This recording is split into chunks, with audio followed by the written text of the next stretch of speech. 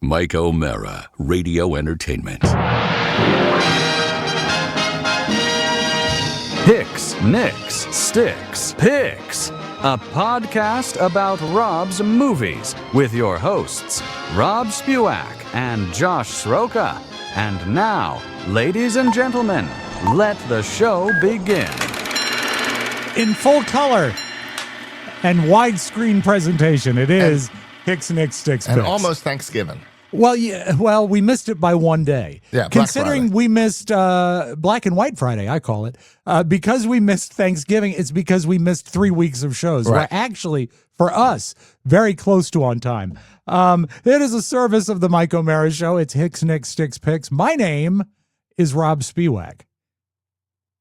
And my name is Josh Sroka, because I can speak now. Yes, after exactly. 2 days of not being able to speak. And do you even want to mention that? I mean, I know we'll talk about it on the show, but I don't know if we'll have time to talk about it on the Mike O'Mara Show with everything going on. But I missed Monday's Mike O'Mara Show because I wasn't feeling well. Right. I went to the doctor's on Tuesday. That wasn't like a protest or anything. That was, you really were sick.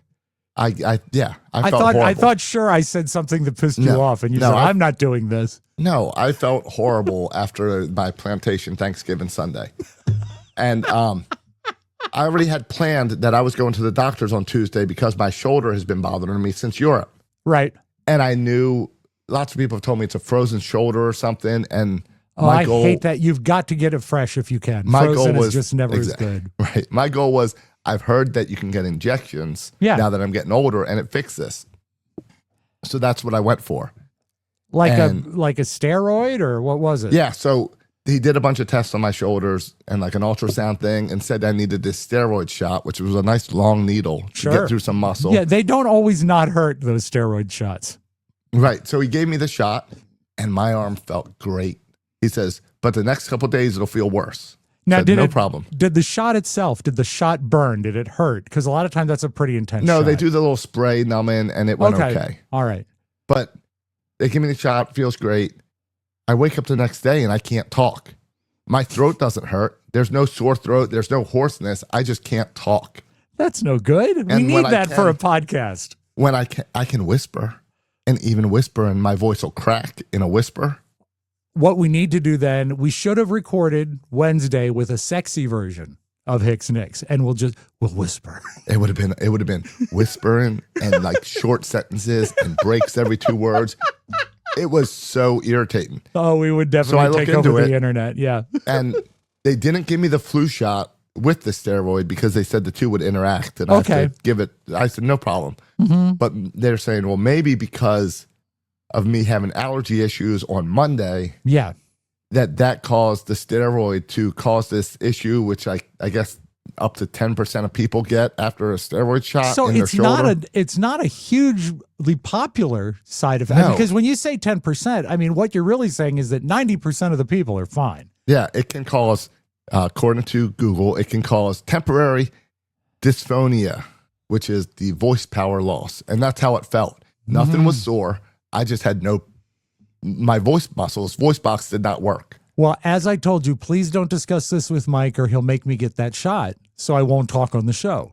I mean, it's just every Wednesday. Every Wednesday, and I'll, you know me, I'm bad luck. I'll fall into that 10%, and then we'll do the whispering podcast. So, so that was an odd thing to deal with the past couple of days. And I was, even yesterday, Thanksgiving, I couldn't talk much. Could talk a little bit, but I was thankful that we didn't have any plans, so I didn't have to talk to people. Good stuff. And good that we can talk again today. We had just 4 people, and I did everything. And by the time I was done and things were in the dishwasher, I was so tired that I had to go back and get dinner rolls and dip them in gravy. It was just a knee-jerk reaction. No cranberry sauce? Not yet, because it wasn't a proper sandwich. It was truly lazy carbs. It was just gravy and rolls. And that was my first thought when I woke up today. I said, there's carbs downstairs. Let's go. Because it is Black Friday. Yes. And I had a Cracker Barrel Thanksgiving. And did you order the Cracker Barrel turkey whatever? No, we ordered individual servings. Oh, okay. Like individual plate. So I got a plate with a few slices of turkey on it. Okay. Gravy, green bean, sweet potatoes, which I hate. Yeah. And then their pumpkin pie. How much for that plate? Like $15. You can't beat that. You can't beat that. It was fine. No. And Kelly got some vegetarian turkey? Yeah, she got a veggie plate of veggies. Okay. So, and nice. we got it to go and came home and ate, which is fine. The food was fine. Mm-hmm. It's just really disappointing to wake up on Friday and not have leftovers. It's got to hurt. I almost went to Costco today just to look for discount stuff. Because a lot of times you can pick up your Christmas turkey. This is a hot take. You can pick up your Christmas turkey for like 19 cents a pound if they have any left over. Well, that is my saving grace. Is I did go on Monday to Costco and bought the $5 pumpkin pie. So I've been eating that all week. I did that on Tuesday, and I can't imagine the numbers of pies they turn out because the place was slammed. The front end, which they normally run perfectly, where the check stand is a disaster. But everybody had a pumpkin pie. Everybody. I counted a lady's trunk while I was walking into Costco. Yeah. 24. That's too many pies. 24 pies. Now, I assume she got some of the apple and pecan as well, but it was too many pies. I did buy an apple as well, not $5. But the pecan pie, it's not quite as good. Get ready for this. The pecan pie at Costco is good, but not as good as the recipe I put in the Michael Mara Show family cookbook. So if you want pecan pie, that's the way to go. Those books arrive this week, and will get shipped out next week. All right. We've done pretty much commercials about us, but people don't care about us. People want to talk about this week's movie, Josh, which is Planes, Trains, and Automobiles from 1987, Paramount Pictures, with Steve Martin, John Candy, Michael McKean, who was Lenny from Lenny and Squiggy and a lot of other things since then. His role was cut down, but he got third billing in the movie for some reason. He played... Who is he?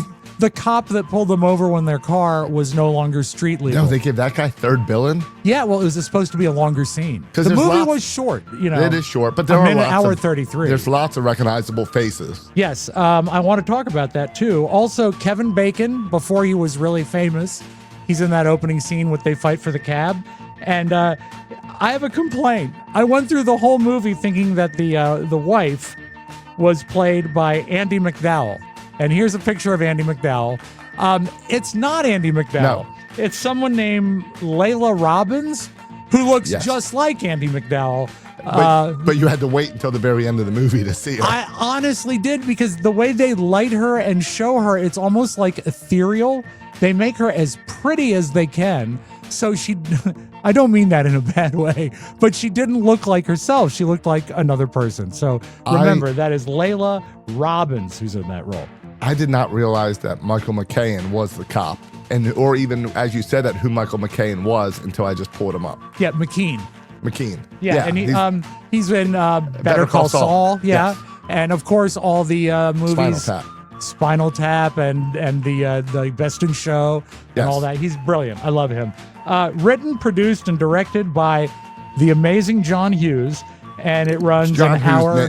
John Hughes is all throughout this. It feels like John Hughes. It does. I mean, right down to we'll talk about it, but even when you start it, the color, the cinematography looks like a John Hughes movie, if that makes any sense. The simple fact of the perfect house for Steve Martin to go home to is a John Hughes style house. It looks just like the Home Alone house, but in a different city. And it's in Chicago, where all of them have their bones. They're all there. In a way, it's almost like, oh my God, he's doing the same thing again. But his style is such that you don't mind it. It's just like the John. I saw one article that they called it the John Hughes-averse, and I'll buy that. But anyway, I'm okay with it. Yeah. The movie actually takes place, it starts in New York City, and we see Neal Page, that's Steve Martin, at a lengthy boardroom presentation with appears to be a cosmetic company, and the guy they're pitching is William Wyndham, who played Seth Hazlitt on Murder, She Wrote, the doctor. You would recognize him if you saw him. And they're sitting there and stewing over this ad campaign. I was thrown when I first saw it, because I have seen the movie since it came out, but not many times recently. Steve Martin, who looks old now. Yes. I thought he looked old then, but he looks really young in this movie. It's that he's always had gray hair. Yeah, I know it's 38 years ago, but he comes off as an older guy. No, then that was fun to watch Steve Martin, where I've seen all his movies, but now that I'm all caught up on Only Murders in the Building and used to Steve Martin in that to go back 38 years ago was fun. It's a great performance. He does an amazing job. So the decision for the campaign or whatever is postponed, which is good because Neal needs to get out of there. He has a flight to get home to Chicago. And here's our first our first John Hughes alumnus. He's working with Ferris Bueller's dad. And he says he has to catch a cab. Same actor that played Ferris's dad. And so, I'll buy that this is the Hughes-averse. And since I don't think we know what Ferris's dad does, I like to think that is Ferris's dad. You think they're connected? I think it's Mr. Bueller. I do. Because you know what? He really doesn't come to play for the rest of the film. And I'm sure he has a great Thanksgiving. So he goes to catch a cab. You can't get a cab on the day, Thanksgiving Tuesday in downtown New York. So he races Kevin Bacon, who gets the cab. Great scene. Great sort of a man-on-man scene. And he trips over a trunk. How unlikely. And because of that, he misses the cab. Then he stops another cab and bribes the guy that caught it at the same time to let him have it. And the guy is such a dick. He says, well, anyone who would pay $50 would pay $75 for this cab. And you want to kill this guy. Yep. But while they're doing this transaction, the cab pulls off, and in the back of the trunk is the trunk. The same trunk he tripped over is the guy that stole his cab. So it's off to a bad start. Naturally, of course, the flight to Chicago is delayed because of snow. And while he's waiting in the airport, just so disheartened, he recognizes Del Griffith as the guy with the trunk. And Del is John Candy. This movie does such a great job introducing John Candy. They with do. the quick shot of him in the cab. Almost and then blink if you miss it shot. Well, and the way movies work now, every star needs their moment. Right. So it seems like every movie, if we have a pair of people, you're going to get a 5-minute scene building up who the first person is, another scene building up who the other person is.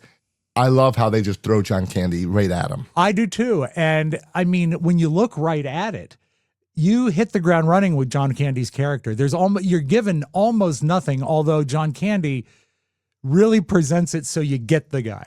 When he gets caught as the guy had stole the cab, he immediately wants to make good. I mean, cabs are stolen every day, but he actually shows some regret. They get on the flight finally after the delay. Steve Martin's supposed to be in first class, but he's not. And who does he sit next to back in coach? Of course, it's Del. It's John Candy, made to look huge in a blue down parka. It's not like John Candy's a small guy anyway. He's sitting back there. And it's we find out that his job is he's a shower ring salesman. And I guess such a thing exists. Maybe back then it was more of a thing. But it's tough. And he tells, I'm happily married. I'm getting home too. And I've been selling shower curtain rings all this time. And then Del, John Candy, makes himself comfortable with an iconic gag in which this sold out plane, Steve Martin's in the middle seat between two other people. One of them is huge. And John Candy takes off his shoes and his socks and then shakes the socks out, which is mind-blowingly disgusting because if they're that sweaty, that's the last thing you want to do on a plane. But he does make himself comfortable. So, the movie could pretty much end there, but wouldn't you know it, the landing in Chicago is diverted to Wichita. So that is really putting him in a situation that's less good. And that's what this entire movie does. They keep putting you in horrible situations that we've all been in. You're right. We've all had the cab stolen. We've all been uncomfortable with a weird person next to us. Now also, but I don't think they push it so that it ever becomes unbelievable. We'll discuss this, but they really do stack it that it just feels like the worst day ever as opposed to a disaster someone invited. Exactly. It's the worst day ever. And as the audience, we're really riding this with Neal. We're really learning things as he is. Yeah, we're seeing it through his eyes, which is because we're with him from the whole thing. When they're in Wichita, there's an announcement that all flights are canceled, and the announcement is made by John Hughes alumni Ben Stein, which is, he would later be in Ferris Bueller. Yep. I think Ferris Bueller was after this. After this. Ferris Bueller was after this. But obviously, he's one of the actors that Hughes likes to work with. But Del, because he knows shower curtain business, calls in a favor and gets them a room at the Braidwood Inn, which is not a great hotel. It is way outside of Wichita. They take a weird cab ride with a weird guy, and they check into the room. Neal pays because he's appreciative, but they mix up their credit cards. And nothing is said about it at that time. We just see that they get the wrong credit card back to each guy. And there's one double bed in the room. That's it. Just one, not even a queen size, a double. And that's awkward. Neal takes a gross shower. Neal, I don't know how Del gets the bathroom that screwed up in the length of one shower. Right. But the bathroom is toast by the time he gets out. There's no towel. But everything with Del, you can say, I don't know how Del manages as a human being. Like, So, you're right. He just is the most disgusting person. But he doesn't do it in a bad way. He's lovable the entire time. Exactly. So they get in the double bed and they're trying to sleep. Steve Martin's pillow is about a centimeter thick. So he's horribly. Del travels with his own pillow in the trunk. And then John Candy proceeds to read, scratch himself, crack his knuckles, clear his sinuses, cracks his neck. Great physical comedy because he's doing all this stuff in about 18 inches of bed space. Yes. It's just so awkward. And then Neal finally can't take it anymore. Well, when was the beer? Oh, the beer was the beer right before that? The beer was mentioned, but not in the movie, unless you saw like an extended cut. No, it must have been during the shower then. Yeah, the beer was during the shower because in the original script, Candy had a 6-pack of beer and then put the quarter in the vibrating bed. Oh, and the that's old what school, knocked it over. And that's what made the beer explode. So he's sleeping in a puddle of beer. And then the next morning we saw Cracker Jacks as well, but we didn't see him eating. Exactly. So he goes off on Del. I guess this would be technically like the end of the first act of the movie where he really lets him have it because he's had such a bad day. And for the first time, we see John Candy sort of drop the gregarious, cheerful salesman mode. And he says, I like me. I'm not changing. And it's a very sweet scene. Yes. It's very telling about their relationship. So John Candy's eyes. Exactly. It is what tells the story there. Mm-hmm. As he's just taking it. I think of the cartoon Droopy Dog. Yeah. Where he's just, you see the eyes falling. And he's heard everything before. Yes. And he knows that he's that way. And he just is having to soak it in. He's hurt. Neal relents and they end up sleeping together. I suppose that's nice. And they sleeping next to each other. Yes. They finally sleep next to each other. And when they wake up, I forgot. In the night, they must be very deep sleepers because a crook comes in and steals the contents of both their wallets and they don't know it, which I had forgotten about that wrinkle entirely. No, I also would love to know what the crook thought when he breaks in and sees those two in bed together. Exactly. And they, of course, Josh, they're snuggling. Why did you kiss my ear? Why are you holding my hand? Where's your other hand? Between two pillows. Those aren't pillows.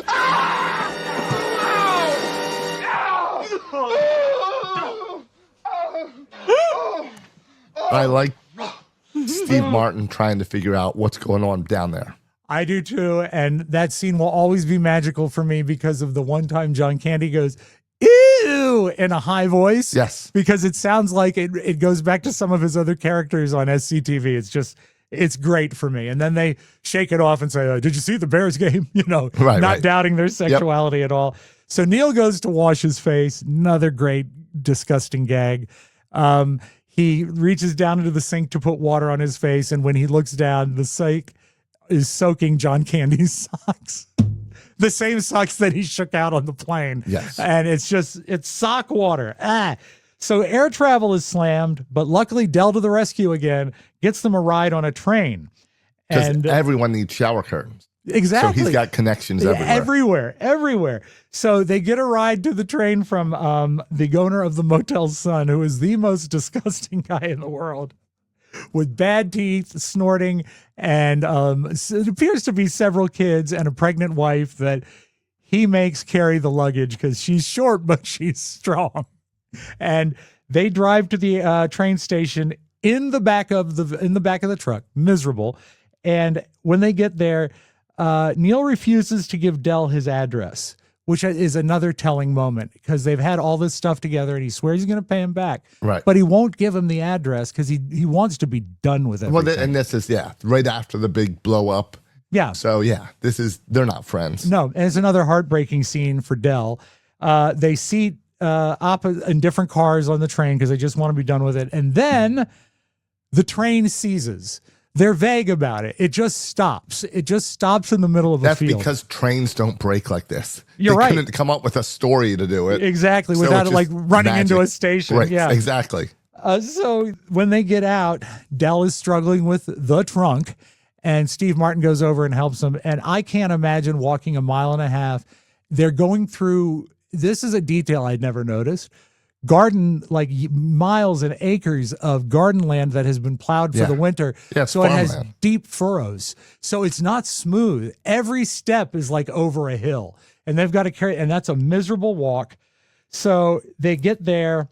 They go to the bus station. I don't know if you're a big fan of bus travel, Josh. I had to do it in college a lot. I've done it before. I hate it. It's really, really bad. But luckily, at the bus station, Del starts selling shower curtains as earrings and just lying about them and makes enough money that they can get a meal. Right. My favorite line, these are very light. They're filled with helium. Yeah, for the clear ones. Yeah, exactly.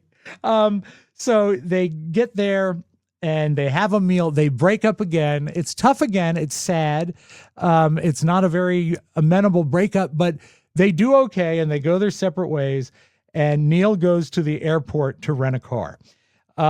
He gets to the parking lot and his car is not in its assigned place. This is where we think finally something's going to go right. Something's going to happen. Now, again, I remember this one scene from, and again, 38 years later, I remembered it to a T when he has to walk back from that satellite parking lot to the terminal on the runway.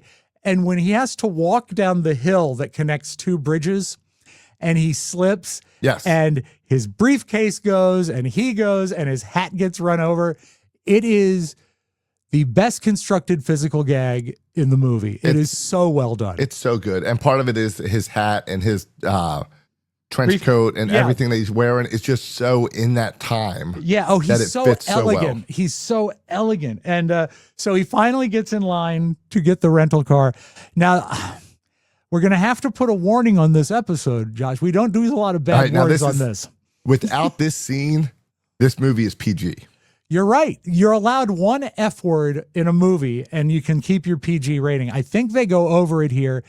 And this scene is brilliant for that, for the monologue that is littered with bad words. But again, the scene doesn't work without Edie McClurg as the teller.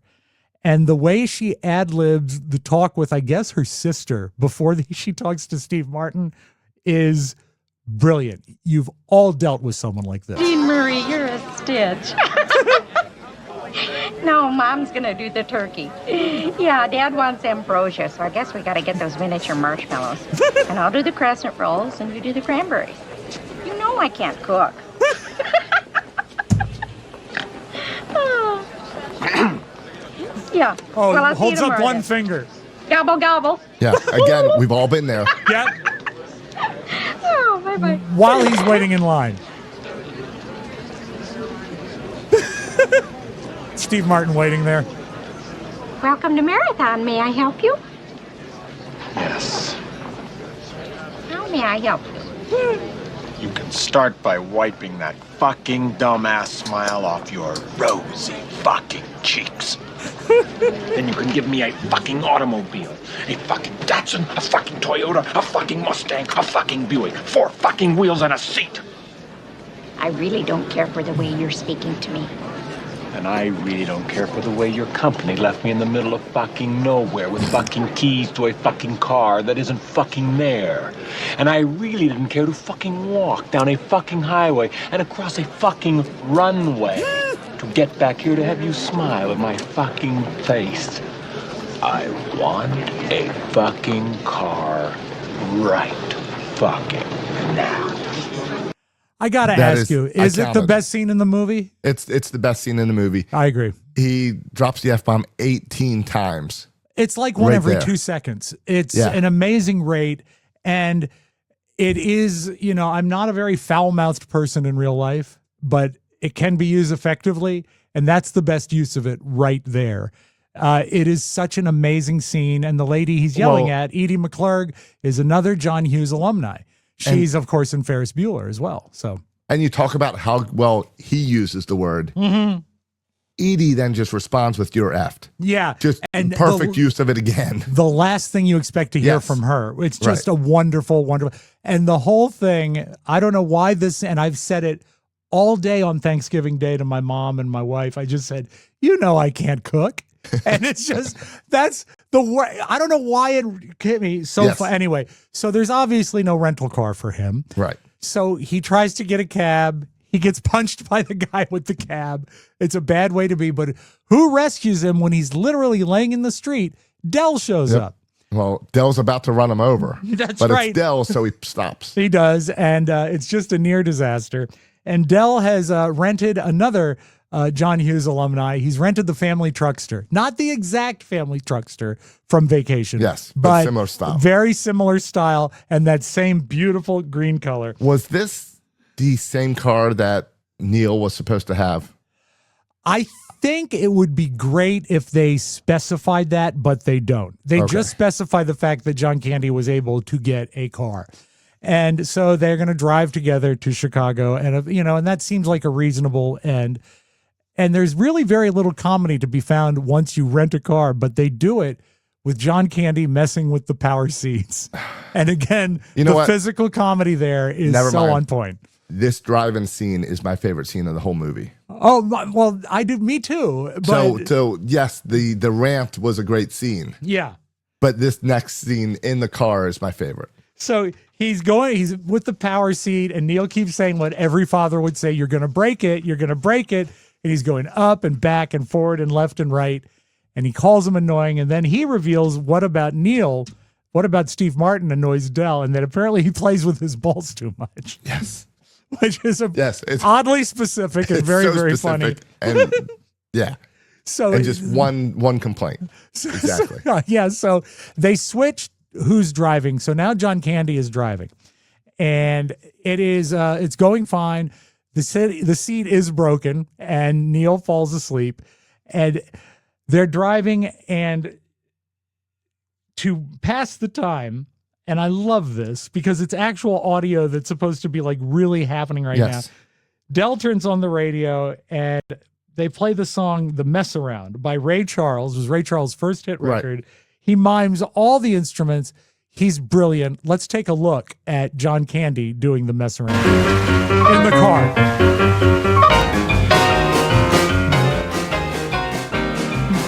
You can talk about the pit, barbecue, the band was jumping, the people too. Mess around. They're doing the mess around. You can just see Steve Martin's forehead. Everybody doing the mess around. There's no way this was supposed to be a 5-minute scene.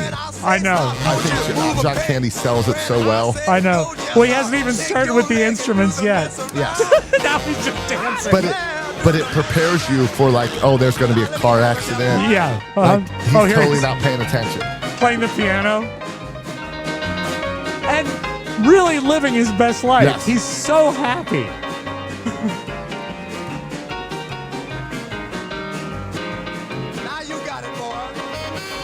And it is a great song.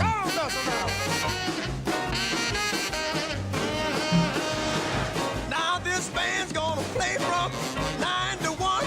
Everybody here's gonna have some fun doing the mess around. So we learn here he's a horrible driver. Yeah. He's a distracted driver. He's a Ray Charles fan.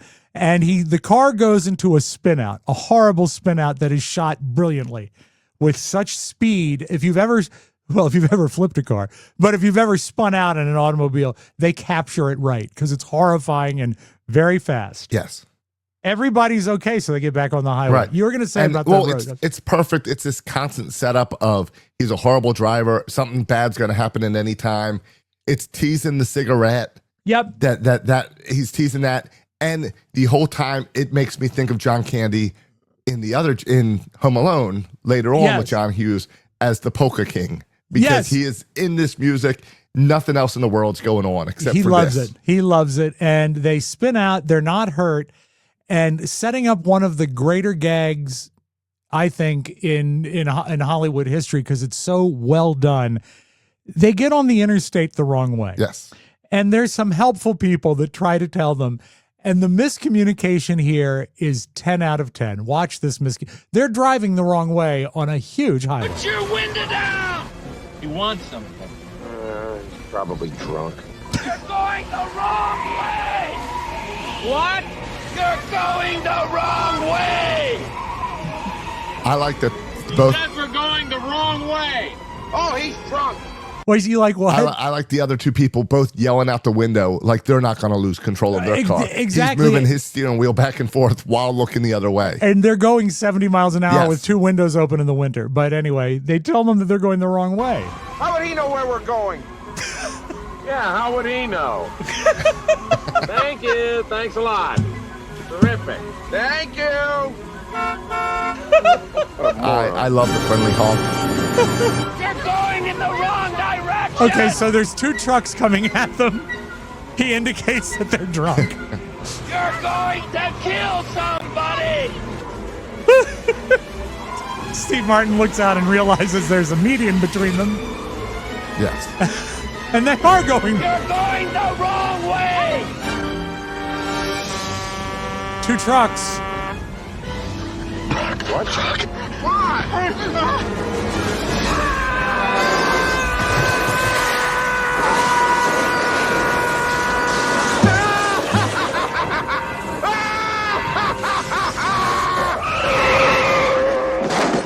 The trunk is out of the car, and their fingers are sunk into the dashboard, which is great. They actually have to like pop them out like corks. Yes. Oh, so great.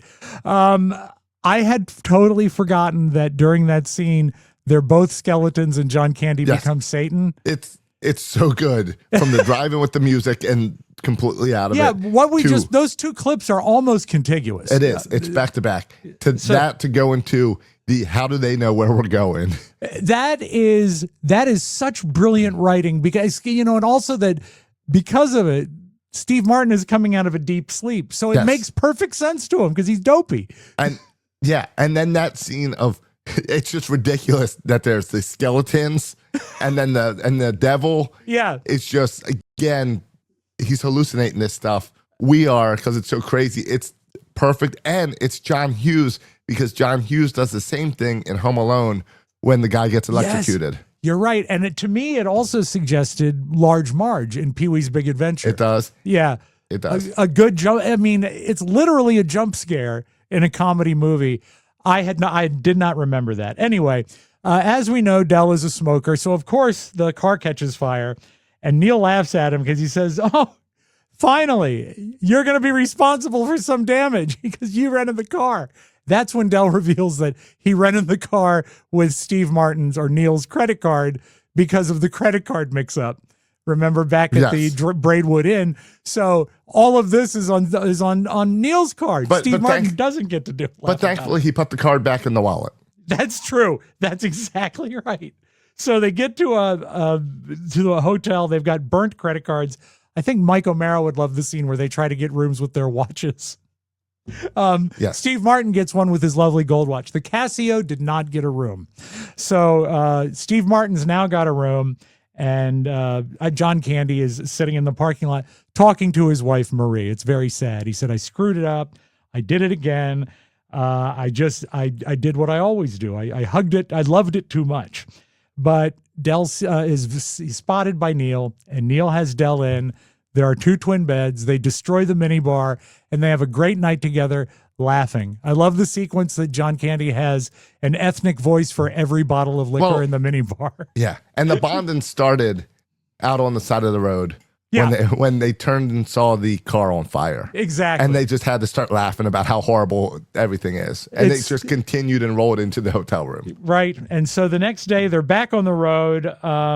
They get pulled over because the car is not legal for street use, and the car gets impounded naturally. Del, to the rescue again, gets them a ride to Chicago in the back of a refrigerated dairy truck. So again, they've got a ride, but they're freezing. Right. Another 3-hour ride. And they get to the elevated train, the subway in Chicago, and they hug and they part, and Del is left alone. And on the train, they do a really, what could be cheesy, but it comes off as a very sincere memory montage of the movie leading up to that point. And he realizes that Del is a good guy. And he goes back to get him on the next train, and he realizes that Del did not have a home to get to. He was home alone. He was in the train station alone with his trunk. He reveals that his wife had passed away 8 years ago. He's got a miserable life, and that's one of the reasons why he loved being with Neal so much. He says, I don't have a home. So Neal brings Del home. It's beautiful. It's a beautiful John Hughes house. And they all meet each other. It's lovely. And Del just smiles. And that's the freeze on the smile is the end of the movie. And it's beautiful. It really is, to a point that he would use the same closing in Uncle Buck, just John Candy smiling. Yeah. And it brings you great joy. Well, and right before that smile was the great hello, Mrs. Page. Yes. And Mr. Griffith. Like they've heard of each other. I love it. I love it. And did you stay for the Easter egg at the very end? Oh, I don't think so. At the end of the credits, they go back to that boardroom from the first scene, and the guy is still looking at the ad proposals. But he's got his Thanksgiving dinner in front of him in the boardroom. So we are led to believe that for the last 3 days, he's been looking over their presentation and eating his Thanksgiving dinner. It's a great capper. And all right, I'll have to look that up. That is the movie. I think this is going to be a short list. Let's go over things we don't like, and then we'll break, and then we'll go on our list of things that we like. Because I think this movie, maybe it has to do with the time of year we watched it. It struck us both pretty positively. Yeah. So go ahead. Yeah, no, this is a very positive review, and it will be because it hits home so nice. So, like I said it before, so many things are relatable. Yeah.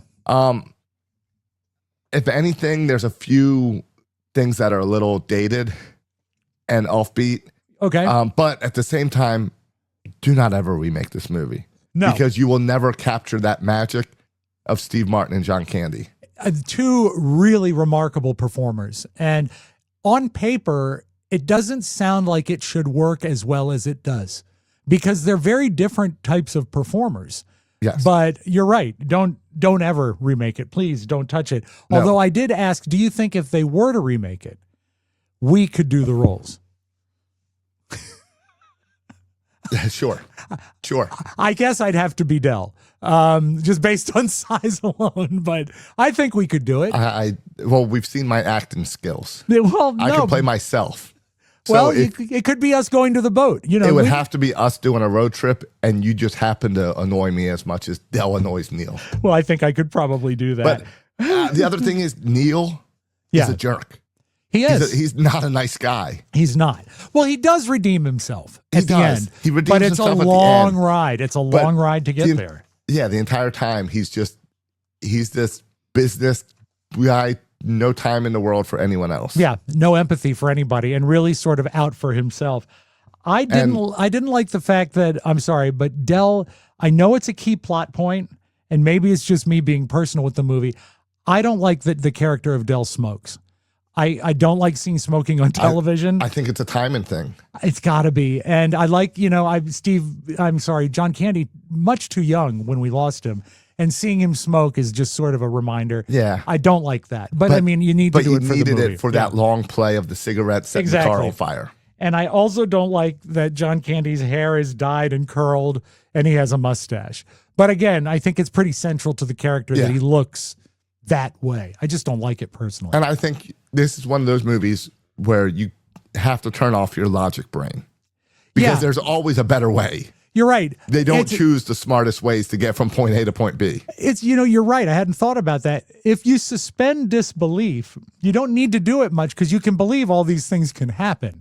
But the thing that's tough is that, ostensibly they're both bright guys and they should know how to do things better. Again, put us in this situation. Yeah. I'm not going to go to a random hotel with you for the night. I will just sleep there on the airport, take the next plane in the morning, and I'll be fine. Yeah. I don't need to go on this adventure. So you got to turn all that off. Yeah. And another thing that people won't understand, kids today, were they to see it, this is a movie that would be totally changed by one flip phone, one cell phone. And there's weird like cell phone ads in the background that look like cell phone ads.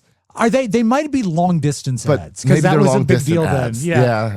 It's a really great capture of that era of America. But you're right.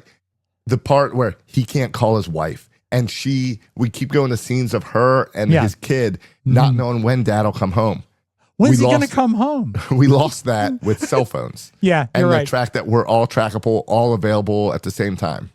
Another thing, I really like the music in the movie that are actual records, but I don't like the score. The original music is very 80s and not Is that what you started the show with?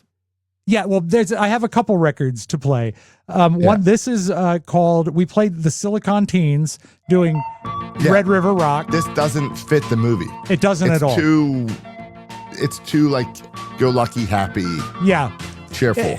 It's a modern 80s take on a song from the 50s. I think it was Johnny and the Hurricanes did it originally, and it's Red River Valley, but you're right, it's no good. Now, there are songs that they chose that are great.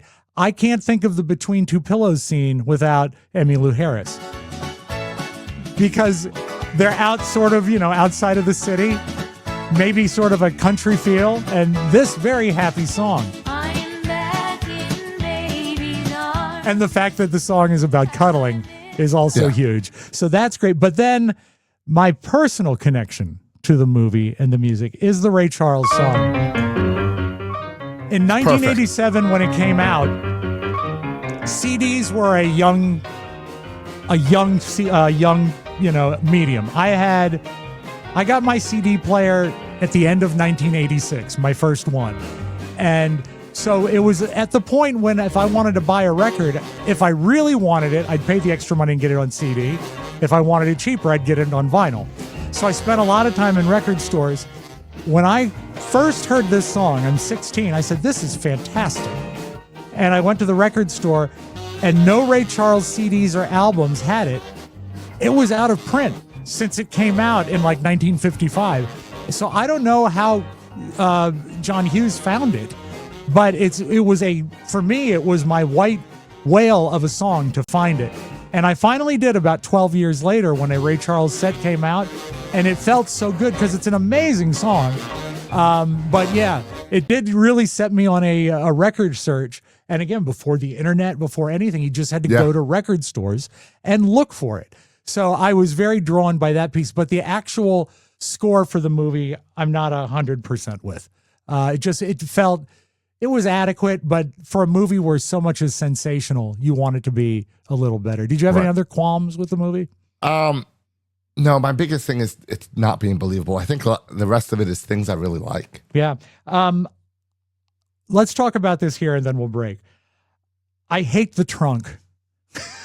I love the trunk. But the trunk is like, remember in Psycho when I told you in Psycho that I thought the house was the best character in the movie? Yes. The trunk is a great character in this movie. It is responsible for so many plot transitions and hiccups and happenings. The trips on it. They have to carry it. It flies out over their heads after that scene. The trunk is part of the John Candy character, and if not, a little symbolic of John Candy. Big and annoying, but really does its job. And it is. We're never shown what's inside. No, we're not. And I love all the stickers on it.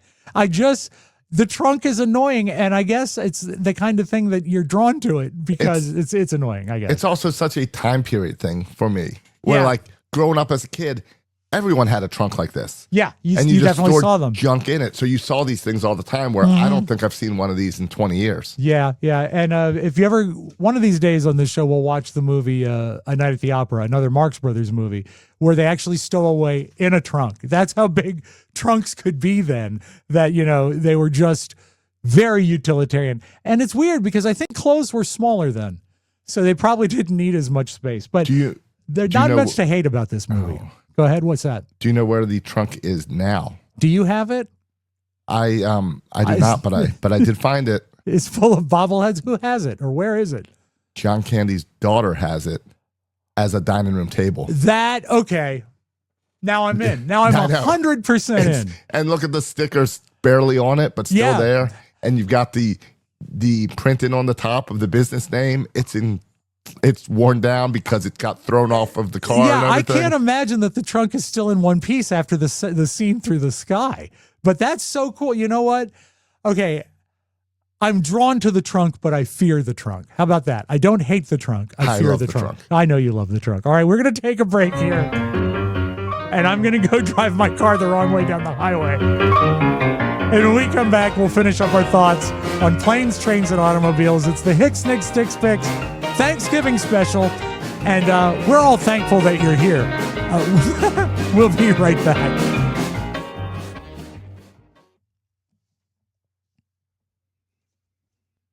A service of the Mike O'Mara Show. Welcome back to Hicks, Nicks, Sticks, Picks. And we are talking planes, trains, and automobiles, which in the back of my head, I knew as a Thanksgiving movie.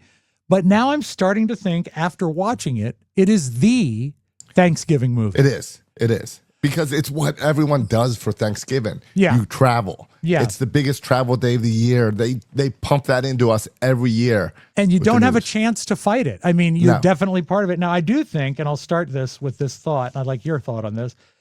It's really a 90-minute allegory, and it's symbolic of the fact that between Del and Neal, you can't choose your family, right? But you spend your holidays with your family. You can't choose your family, but no matter what, whether they're allergic to onions or they drive you crazy or they've got the onion thing's a little specific, but it's true. Or they've got something that bothers you about them, and that's fine, but you love them because they're your family. Right. And see, my takeaway from this is it's 28 years and we still do the stupid thing of we all travel on the same day. Exactly. And you can't, there's no way around it. I mean, when we would travel to Carrie's mom lived in Newport News, which is from Washington, D.C. into Virginia, almost to Virginia Beach. Pretty good ride. And it got to, when we had the kids, we would leave at 5 a.m. on Thanksgiving morning. That was the best time to leave because no one else was doing it. And now we just don't travel. It's impossible. You can't even do it. But you're presented with the situation and you end up with, things you love because they're your family. And in a way, Del and Neal become family. You know that Del is at Neal's for Thanksgiving for the next 20 years. Absolutely. I hope he got a girl too. I think he deserves a lady now that his wife has been dead for 8 years. But I don't want him to have an affair with the not Andy McDowell lady. They should stay together. Yeah, leave it No like sequel. that. No sequel. Okay. No, Neal can go out and be his wingman. Yeah. What else did you love about the movie besides everything? I love the time period.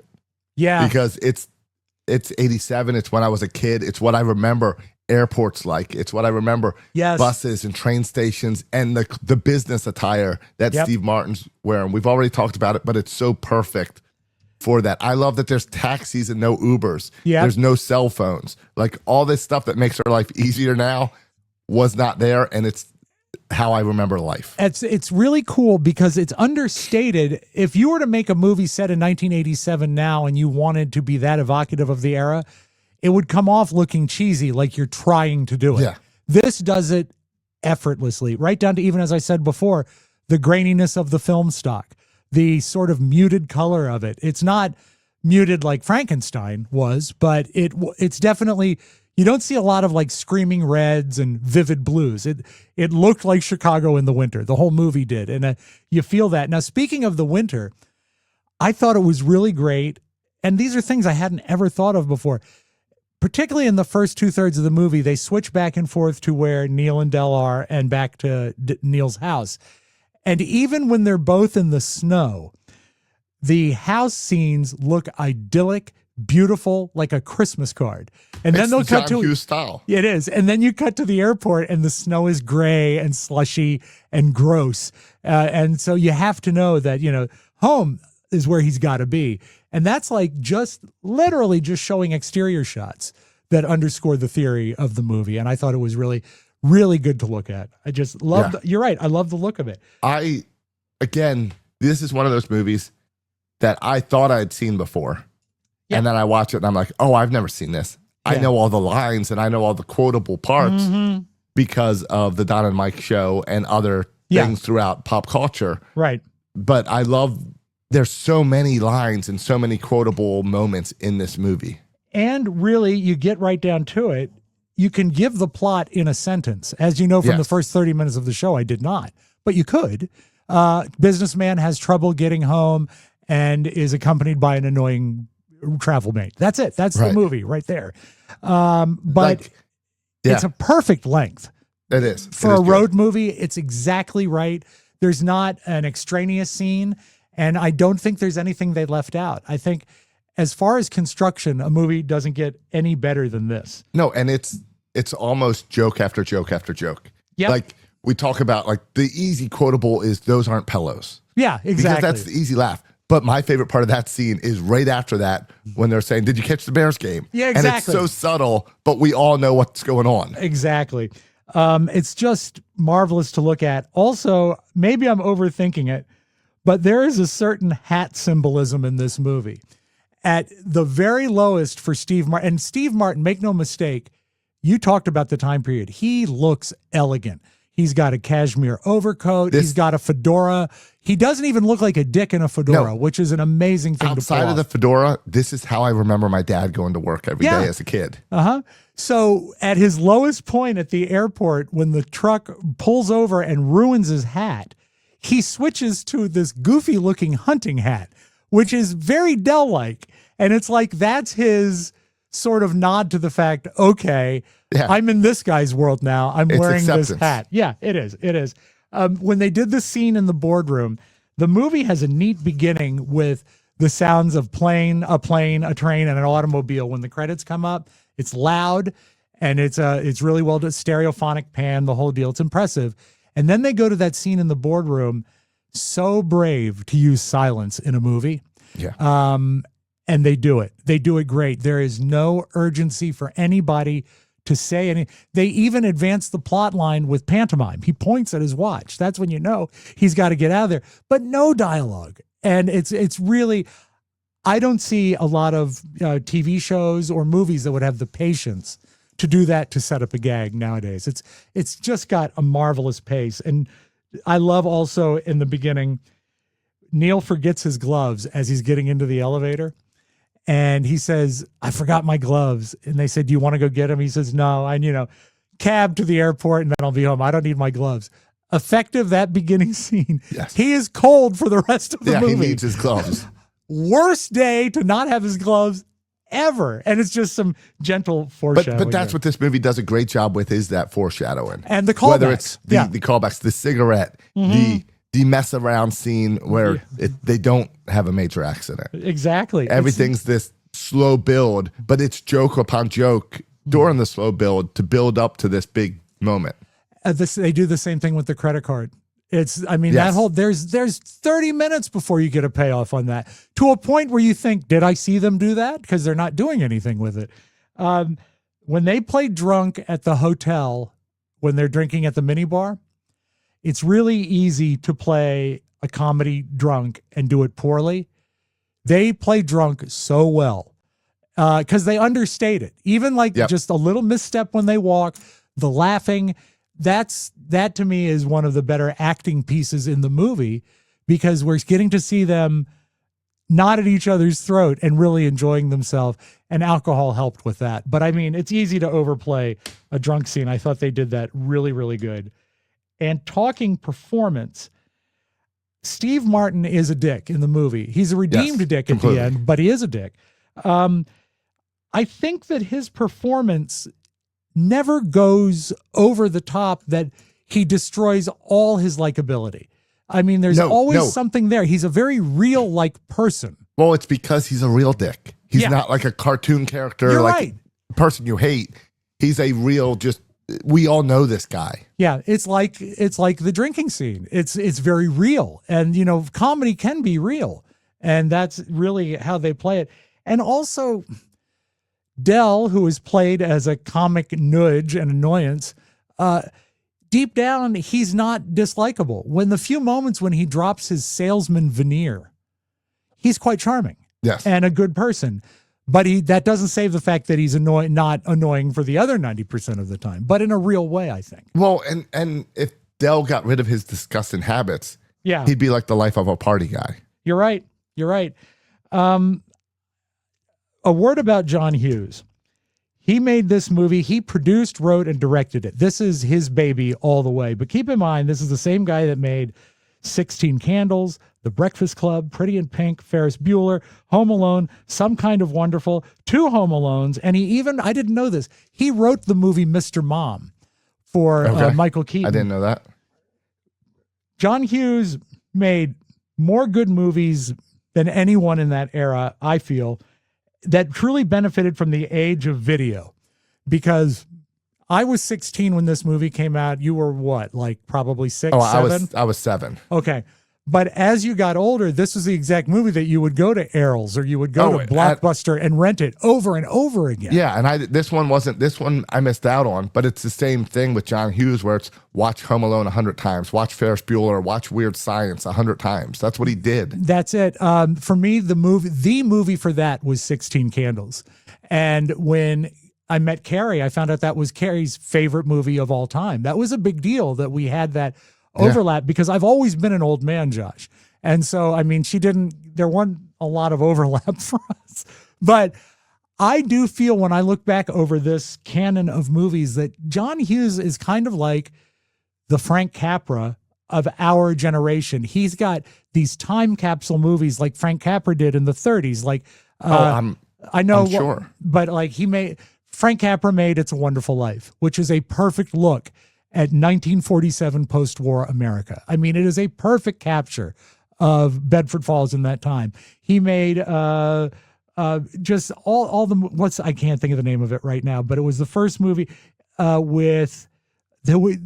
made a movie with Clark Gable. It was the first movie to win Oscars for director, actor, actress, script, and another one. It's called It Happened One Night. It Came to Me.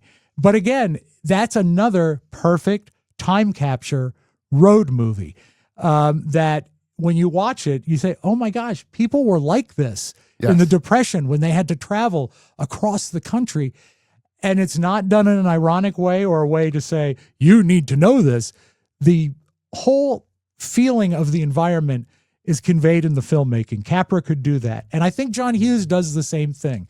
Even though he can be over the top on his gags and all that stuff, that's an amazing canon of movies right there. It really is. And I'm just scrolling through and they all do hit that time period and it's all perfect. I was a freshman, I think, when now 16 Candles came out. And it's a movie about a goofy freshman. You know, I could relate to all of it.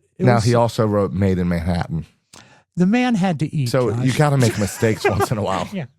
But I think that he had a career to be very proud of. I also found out that I didn't know that one of the reasons he slowed down making movies was actually the death of John Candy.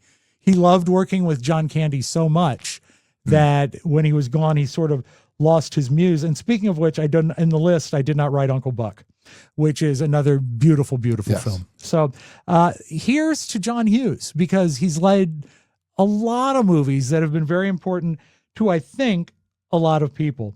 And I do think that this might be the perfect holiday / buddy movie on every level.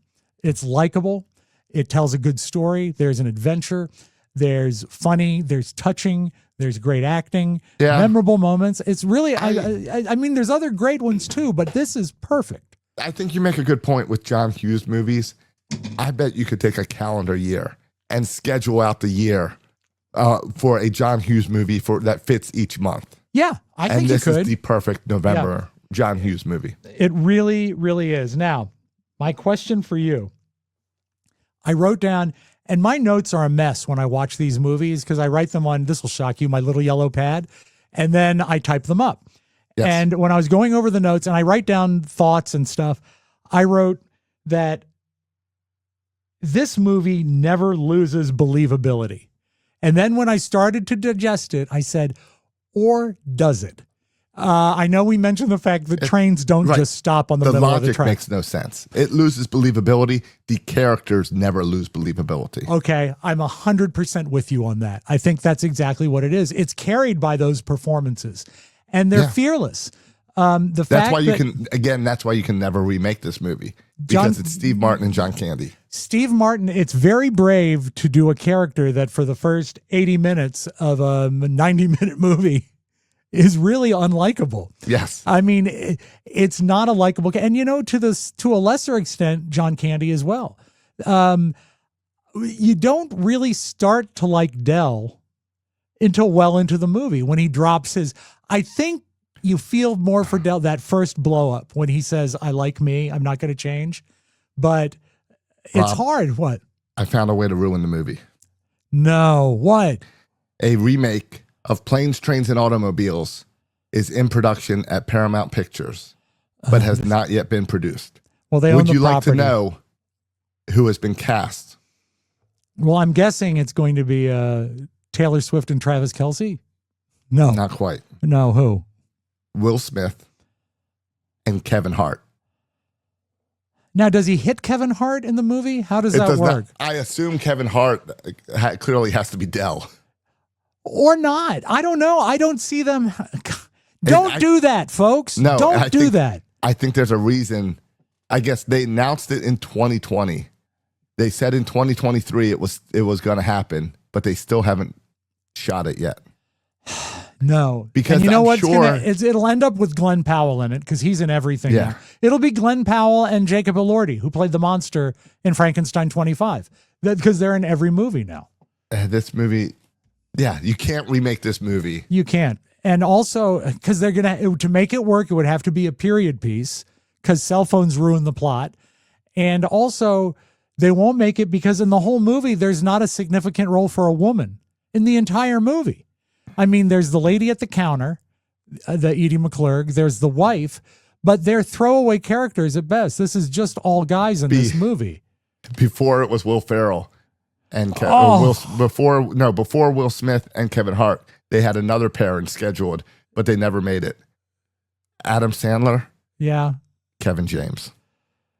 Okay, you know what? I'd be more inclined to buy into that because it's hard to hate. It's really hard to hate Adam Sandler. It is. But again, don't remake this movie. No, make another leave it as is. I think make another buddy movie, a trip movie. Yeah. I think that's why they're having trouble remaking it. Yeah. It's because you put a pair together and you're like, well, they could make a good buddy movie. Then you start to write this movie and it doesn't work for anyone else. I mean, you take like one of the most bulletproof, great concepts in all of comedy, The Honeymooners, the Jackie Gleason show. When they made it into a movie with Cedric the Entertainer, it wasn't right because it's a time and place thing too. Like this movie has to be set in 1987 for this movie to evoke the feelings that it has. It has to. And if they did it in a modern setting, it doesn't work. And if they do a period piece, it's going to look over the top, trying to look like 1987. So, I wish I never Googled this. Yeah, what's the matter with you? I go in here and you ruin the show like that? I totally am because there's a third pair of people trying to also make a remake. Let me guess. Are they ladies? No, it's two guys. Okay. Are you familiar with Paul Walter Hauser? I actually am. He's in everything now. Yeah. Him and Ryan Reynolds. Ryan Reynolds, run your cell phone company. He sells gin, I think. I don't know. Yes. Do that. Don't wreck this movie. I am closing these tabs. Yes. Don't do it. Josh, that was bad. That was bad, Josh. Yeah. All right. Did we give this a score? About to. On a scale of 1 to 10, 10 being best, how many shower curtain rings do you give this film? I am giving this a 9 shower curtains rings. I agree. I think 9 is perfect. I'm not sure what movie will ever get a 10, but this is about as close as you can get. I enjoyed it so much.